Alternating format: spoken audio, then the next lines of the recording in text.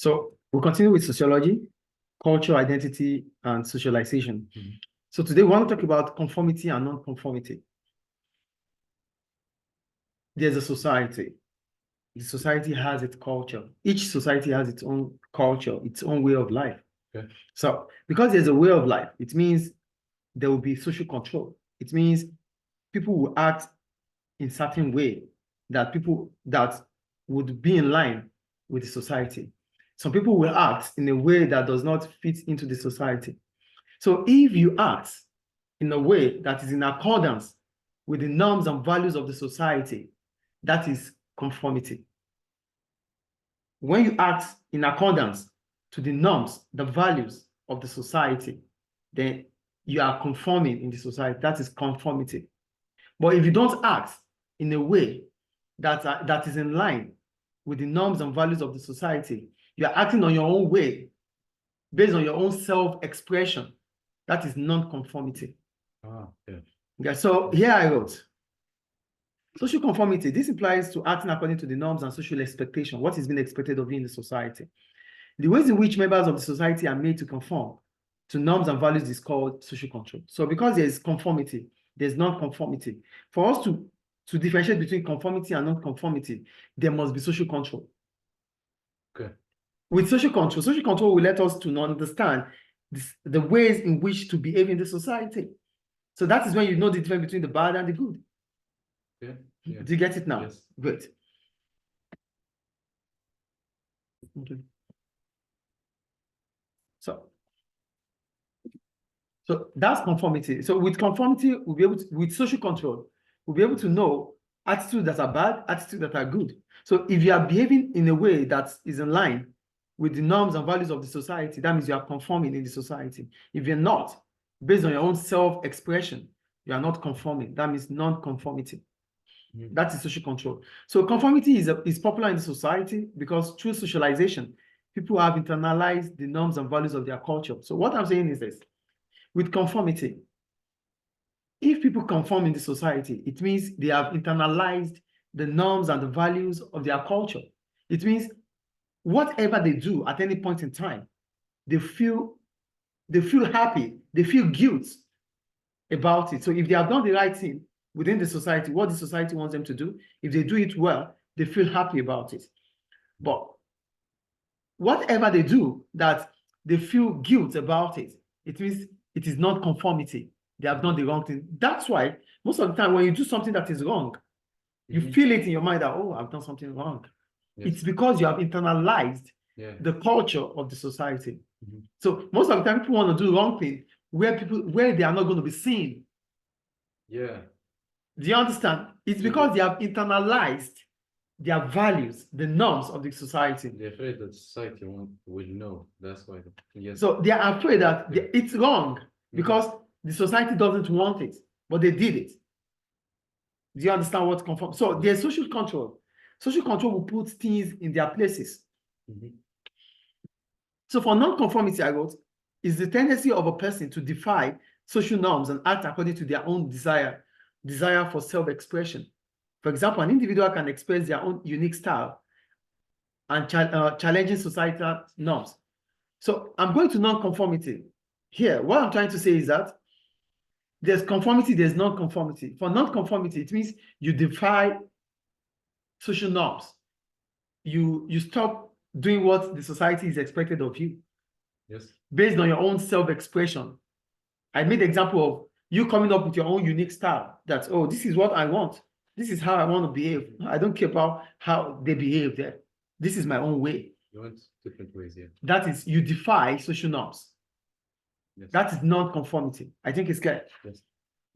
So that takes us to types of social control. So we have different types of social control. We have formal social control, informal social control. We start with informal. For informal social control, here we're talking about controls that comes from people that are not officials, that don't have authority to put us in check. Yes. They can put us in check, but they don't have the authority to put us in check. They can put us in check. That means they can control us. They can put us in order. They can ensure that they can ensure that we conform in the society, but they don't have the authority to conform, to make us conform in the society. Yes. Do you get it? So example of informal social control is the peer pressure. Peer pressure. Your peer, Mhm. group of people that we are within. Yes. They can make you to conform in the society. How can they do that? They can shame you. They can ridicule you. They can do it through saxing. They can criticize you because they want you to behave in a certain way in the society. So they might even take you apart. They might push you out of the group because you are not conforming with the society. Mm. Do you get it? Yes. So this group of people, they are not authorities. They don't have that, or they don't have that formality to put you in order. But they are doing it because you are part of their group. Yes. Do you understand? So example of informal social control is the peer pressure. Is it clear? Yes. Great. So for peer pressure, I explain what peer pressure is. Peer pressure is the influence that a peer group has to force its members to conform. Mhm. The influence the group has to make you conform in the society is called peer pressure. I think it's clear. So that's about informal control. Then we go to formal. For formal control, here I wrote. What brings about formal control? This is when informal control doesn't work. If informal control doesn't work, then you have to try formal control. Yeah. So formal control means that you have authority to check the undoings of those in the society. You have the authority. Did you get it? Yes. So this is through socialization. We have the primary socialization and the secondary socialization.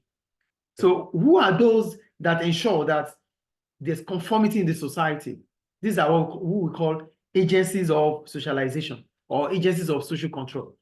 So agencies of socialization are the same as agencies of social control. So what makes them differ is that in the agencies of social control, the agencies of socialization might not talk about conformity. They might not talk about conformity, but the agencies of social control, they can talk about conformity. Okay. The agencies of socialization might tell you what you have to do in the society, things that will happen to you if you don't do it right in the society, but they can't sanction you. They don't have the authority to sanction you. Mhm. They don't have that power, that authority to put you. Right? Yeah. Mhm. They are formal. Yeah. I'm talking about agencies of socialization. Yes. Agencies of socialization are those like this, like the school, the family, the workplace, religion. Yes. They are all agencies of social control. And at the same time, they are agencies of socialization. Yes. What makes them differ is that they are agencies of socialization, or they are agencies of social control. Yes. If they talk about the punishment and reward for not conforming. That's social control. That's what it is. Social control. Yes. But it's still the same family. Mhm. Family, school, workplace. They are all agencies of socialization. All of them, yeah. And at the same time, they are agencies of social control. They become agencies of social control if they talk about rewards and sanction. Yeah. But when they only tell you about how to behave in the society, they are agencies of socialization. When they are initiating you on how to become part of the society, they are agencies of socialization. But when it becomes to conformity, we call them agencies of social control. Yes. Do you get the difference here now? Rewards and punishments, social control. Yeah, do you get it now? Yes. Okay, hold on, please. Okay, so now we go to the different agencies of social control that we have. The different agencies of social control we have. We're starting with the families. Okay. So for families, here I wrote, they are primary socialization. This is where children absorb norms and values. This is considered as the most important period of socialization. For families, we're talking about the family that you come from. Mhm. Yeah. So this is where you start learning about how to live, how to eat, how to feed, how to clothe, how to brush your teeth, Yes. how to greet. This is where you start learning. That's why it is the most important socialization.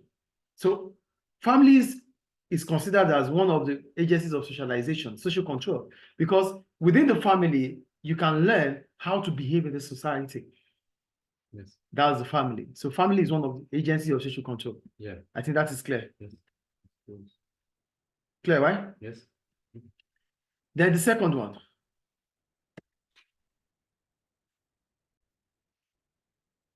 So that's families. Then we go to schools. For schools, I wrote, the school system controls children in different ways, such as telling them what to do and when.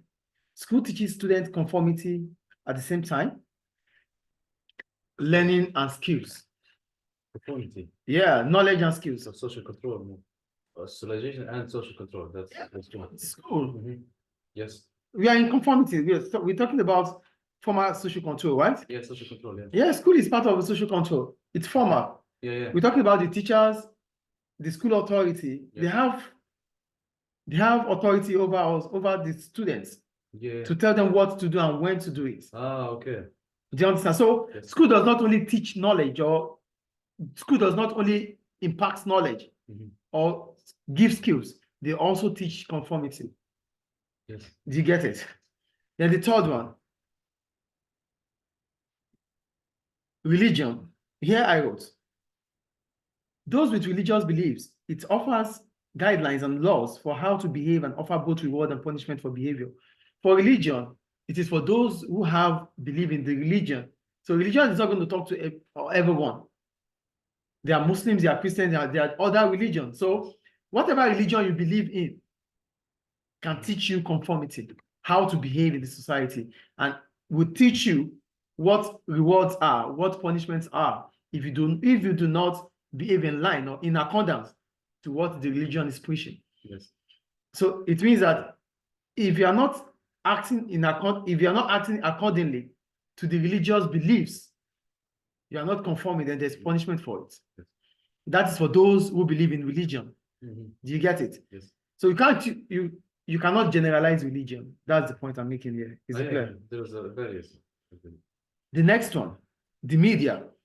So here I wrote, it uses role models and at the same time offer rewards and punishment for behavior through factual news, reporting, and fiction. The media, we're talking about the TV. Yeah, forget about what is written here. I've summarized it. Yes. So the media, you know what the media is, the Yeah. TV, the newspaper, magazines, the Social. internet, social. Yeah. So we watch movies, yes or no? Yes. Some are based on real life story. Yes. Some are based on fiction. Yes. So these movies, what do they teach us? They teach us how to conform in the society. So at the end of the movie, there's something learned. Yes or no? Yeah. So what is being learned is that, oh, it is important to conform in the society. So at the end of some movie, they will tell you, oh, he later went to jail. So Yes. why did he go to jail? Because lack of conformity, because there's non-conformity from his own side. Do you understand? Yeah. So the social media, the media teaches us conformity. Let us understand the rewards of conforming and the punishment or sanction for not conforming. Mhm. Yes. That's the media. I think it's clear. Yeah. Then the next one is the workplaces, our place of work. So here I wrote, there are rules and regulations at workplace which ensures conformity. At workplace, there are rules and regulations at workplace. Policies, yeah. So there are policies that we have to follow. So if you do not, that means you are not conforming. You'll be kicked out. Yeah. So the workplace is also a place to teach conformity, because there's reward for conforming and there's a punishment for non-conformity. Yes. Is it clear? Then the last one here is about the peer groups. We talked about peer groups already. So it's for both normal, Yeah. informal and formal. Yeah. You know, here, why they use peer group here is that when you look at peer group is a powerful agency of socialization. Why? Because everyone wants to be part of a group. Yeah.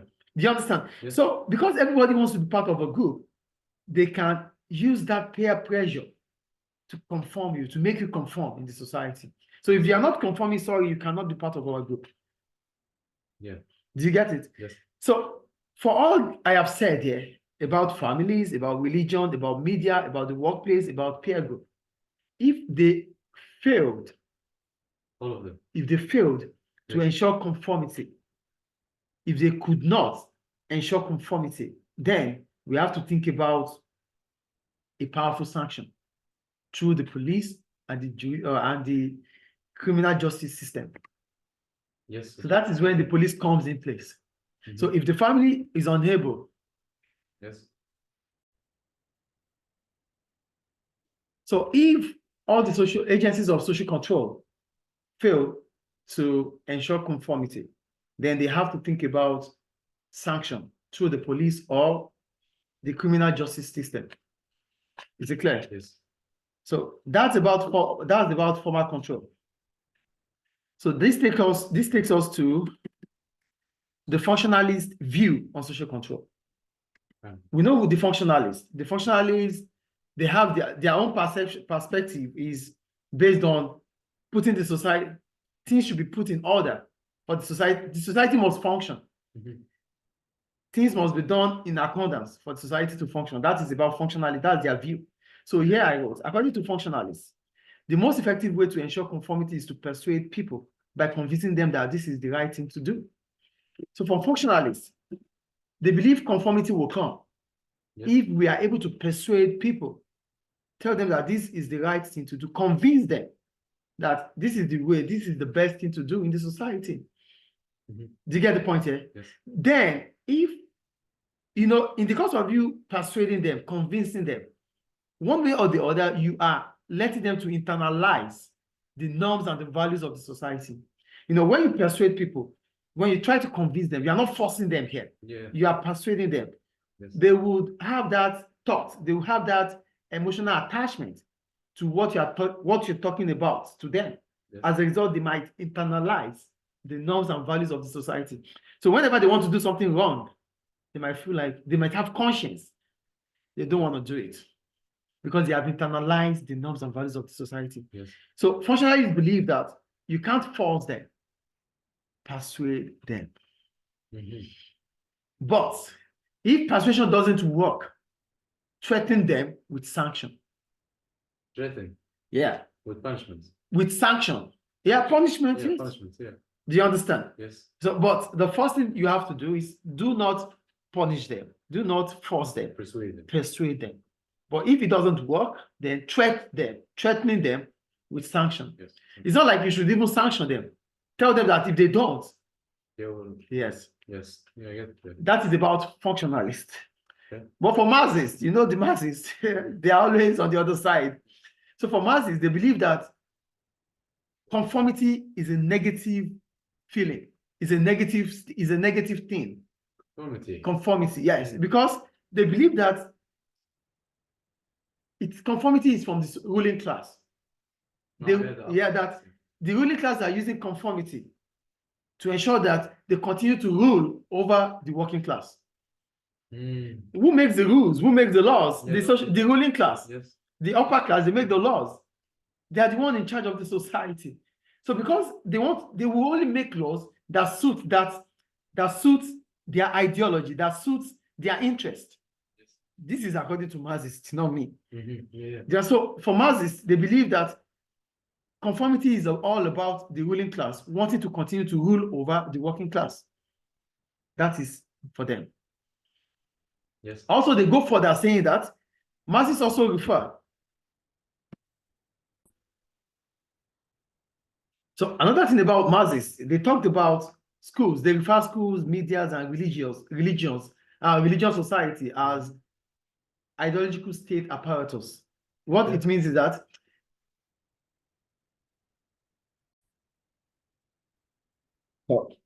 still on Marxist view, for Marxists, they feel media, which is part of agencies of social control. They felt schools, which is part of agency of social control, and religion, which is also an agency of social control, are all ideological state apparatus, which means they work in line. They are institutions for government, and government is the ruling class. So that means they are doing what the ruling class want them to do. So instead of the ruling class to come out to say these things, they use schools, media, religion to convince, to manipulate the society. It's like indirect. Do you get it?